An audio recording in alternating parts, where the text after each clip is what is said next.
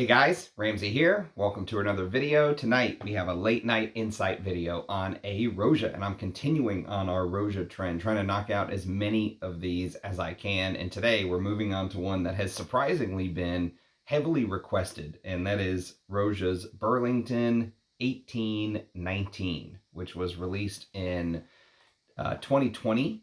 If I'm not mistaken, 2020 is the release date. And this is a very citrusy, fresh scent. Now, one thing I have to make sure that I emphasize on these late night insight videos is that I don't have a full bottle. I've only worn this decant, although you can see I've put a damn dent in this decant trying to figure out what intonation am I going to say during this review. Because for me, this is a tale of two cities. This fragrance is a tale of two halves, if you will. It's football season, tale of two halves, let's go with. I will say, there are very few Rojas where they are executed in a manner where something in there is done in a effort or a style or stylistic manner that I just straight up dislike. Okay, there's very little where I can put my hand on and go, man, I really don't like that. And there is something in here that does exactly that. However, on the other side, there are bits and pieces that I strongly like. So it's like I said, tale of two cities. This fragrance is a little bit of a dichotomy. I'm not really sure where I would place this. If it was old school Robes '08 videos where he was doing his sampling samples and he said, you know, bottle, pass, or sample again. Maybe this would be like a sample again to see if I changed my thoughts. But I must have sampled this, I don't know, 5 times, like wearing this to bed multiple times before doing this review, because it's one of the reasons why I kept putting it on the back burner, So the first thing I will mention, though, is this is one of Roja's freshy fragrances. Like, this is his summer fragrance, I would say. And everyone seems to love it because I continuously got requested to do this review for some reason. And maybe they thought I was going to get on here and just praise it to high heaven about how it's the greatest summer freshie of all time. That is not going to happen today, I will tell you that.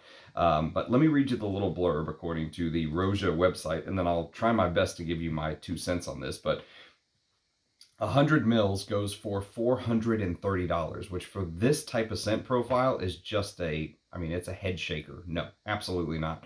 That's the first part. I mean, you do get 100 mils, but $430 for this, a freshie? So here's what the description says.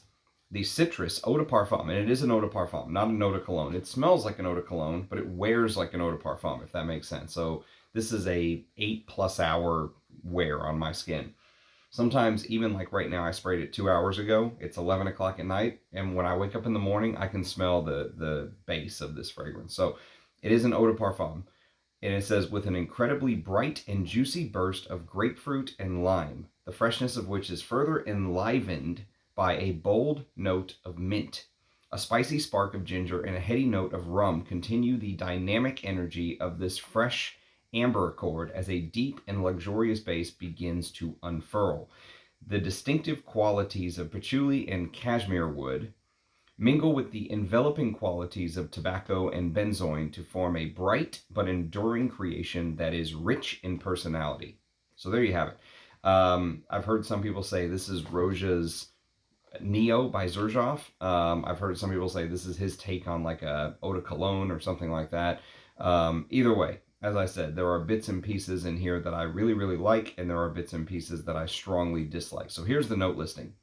Grapefruit, bitter orange, ginger, lime, mint, benzoin, cashmere wood, cedarwood, cumin, labdanum, mandarin orange, musk, oak moss, patchouli, ambergris, cinnamon, rum, saffron, tobacco, and vanilla. Okay, so again, 2020 is the release date. So I have went back and forth and really struggled, I think, to figure out how I was going to do this review, to really put my thoughts out there in a way where people could understand where I'm coming from on this one, because this is a tough one for me to do. And I just decided I'm just going to try to point out some of my thought process as we go through the wear. So I sprayed this a couple hours ago. I did make some notes, and I'm just going to try to document kind of how I feel, because that's kind of what this channel is also about, to document my journey, how I feel about a fragrance, and, you know, put it on the channel for posterity's sake. And I have found many times, actually most times even, when a large amount of people request for me to do a video, my thoughts do not always align with the masses, let's say, with how most folks in the fragrance community feel about a scent. And there's a lot of people who really, really love this stuff. I will say that. And I think I got so many requests to review this because, like I said, they thought I would get up here and just praise it to the hilt, and say it's the greatest freshie of all time. And like I said, that is not how this review is going to go down. I will say the opening blast is probably one of my favorite parts of the scent because in the first minute or 30 seconds, a minute, 2 minutes, what happens before some of the rest of the things start to happen to the scent that I dislike is there's this very, very natural smelling lemon, lime, grapefruit. There's no lemon note listed, but I get a lemon-like accord. There's no lemon note listed, strangely enough, but I'm going to say lemon, lime, grapefruit, and mandarin orange. And there's very little sweetness in the opening. And I think that's a brave act from Roja because many times these brands try to kind of capture people in the first minute or two when they smell a fragrance, you know? And so having a very bitter and almost sour citrusy fragrance is not the most appealing to the masses. It would probably be a little bit more appealing if they put a little bit of sweetness in there, which you don't really get that much of initially. There are some notes like the orange, which add a little bit of natural sweetness, but I like how they just sort of allowed that bitter aspect to sort of just do its thing, you know, just kind of take over and do its thing. In fact, during one of my wearings, the lime, lemon, grapefruit combination, mostly the lime and the lemon, seemed to come through from time to time. It reminded me of ceviche. If you guys have ever had ceviche, it's a Spanish or even pre-Spanish dish. Some say it dates back 2,000 or 3,000 years. And they basically use the acidity of lime and lemon to basically cook locally caught like fish or shrimp or stuff like that. If done properly, it's fantastic. I prefer it with more fish than or more shrimp than fish, personally, but it is quite good when it's done right, and it's quite bad when it's done wrong. But if you've ever had ceviche, and you know, if you've ever had the fish and shrimp just kind of coated with just a soup of natural lime, lemon juice, that's what the opening reminded me of a couple of the times that I tested this. Just imagine drenched in citruses, and the orange and the grapefruit, the bitter orange, add a little bit of sourness, but there's also this natural sweetness that starts to come through. So it's kind of like, you know, imagine a very, very sour grapefruit, and then imagine putting a little bit of sugar on top, and you get the sugar, you get the sweetness, but underneath the sourness from the grapefruit is still there. That's kind of how the opening starts to progress away from that very bitter citrus, away into something that's, I think, a little bit more palatable for most people to swallow. And I like the fact that they allowed the bitter aspects to shine. I applaud him for that. That is one of my favorite parts of this fragrance. Now, there is a slight wrinkle, and again, I just have to tell you straight up my thoughts as wearing this. So from the very first time I smelled this, and I've had this sample for years now. I forgot. I think DL Qualia may have sent me these samples. I can't remember where these came from, but these have been with me since before I moved my video setup up here. I think they were with me in the old setup downstairs.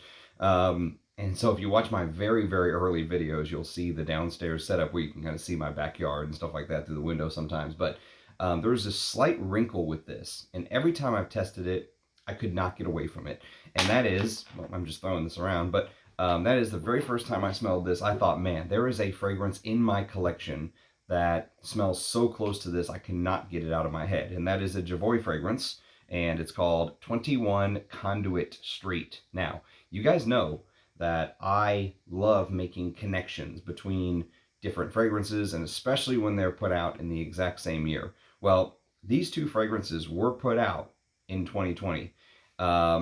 And the similarity is striking. In fact, they're so striking that one of the nights of testing, I actually had to do like a comparison video, like for my own sanity. I sprayed this on one wrist, I sprayed this on another wrist, and did a side-by-side comparison. And when I did the side-by-side comparison, I actually liked the Roja opening, the first 30 seconds or a minute, 2 minutes, let's say, of this more. Because this opens up a little bit sweeter. It uses more notes like ambroxan And there's like an amaretto note that gives a natural sort of liqueur-like sweetness here. There's also a rum note in here in Burlington 1819, but the sweetness slowly comes through a little bit later, okay?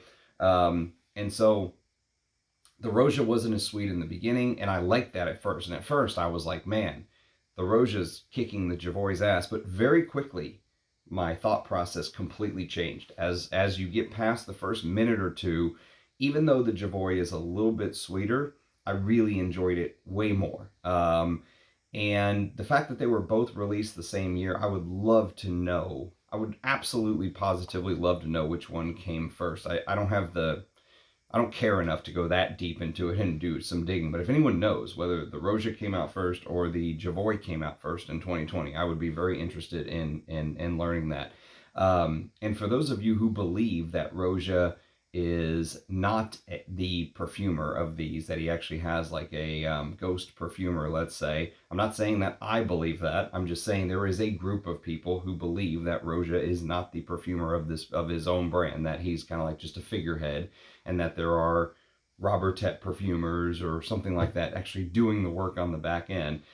If you have smelled these two and how close they are, or you've read, let's say, the Ghost Perfumer book on one of the great history lessons on a niche house who used a ghost perfumer, smelling these two, if I was of that mindset, I would think that this Maria Schneirer girl who did 21 Conduit Street may be one of the perfumers who's also doing work for Roja, because damn, the similarities are absolutely striking, almost like they had the formula, and they passed it around and just kind of changed a couple things, and bam, you get one here and one here.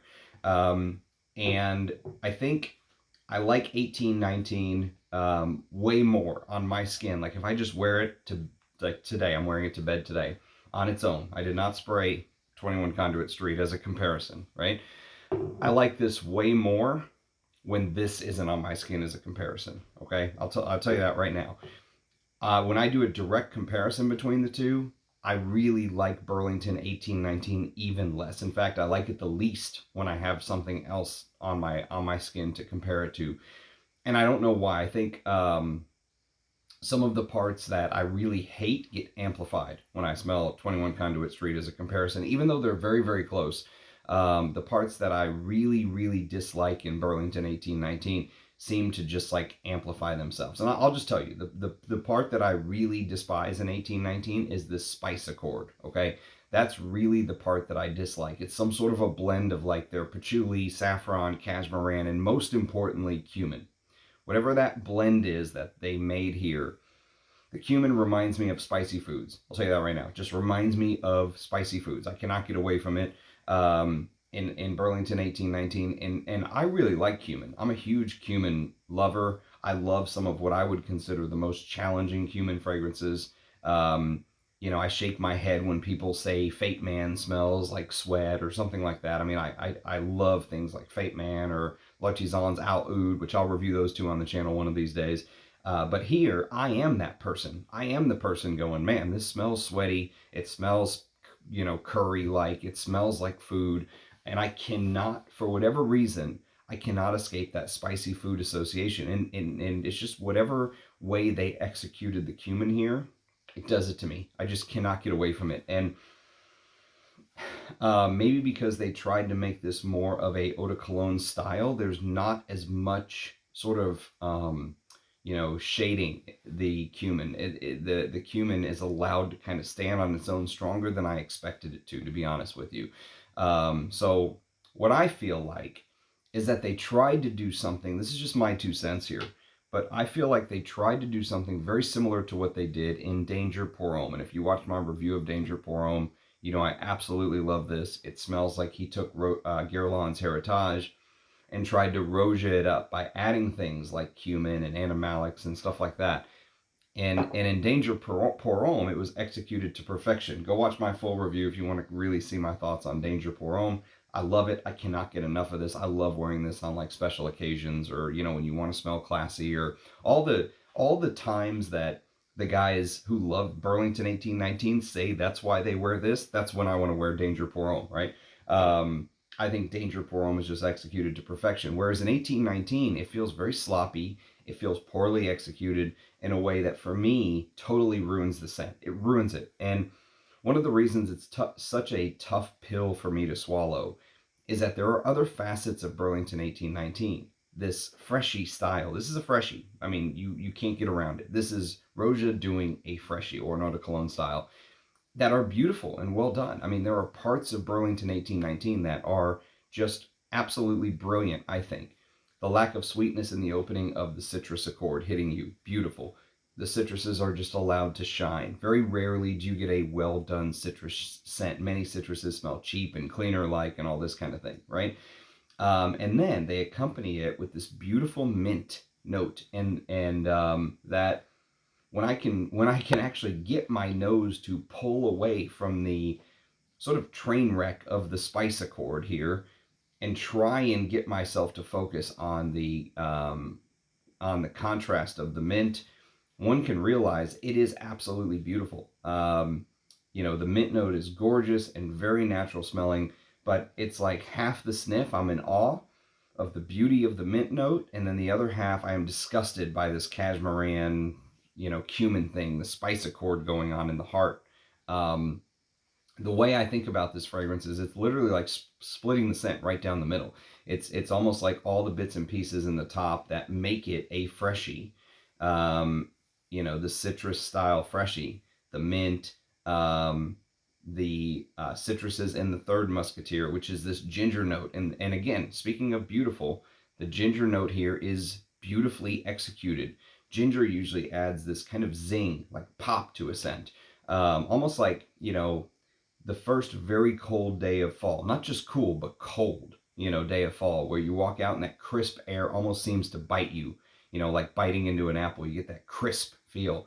That's how the ginger note just seems to almost like wake you up. There's a zing to it, there's a pop to it.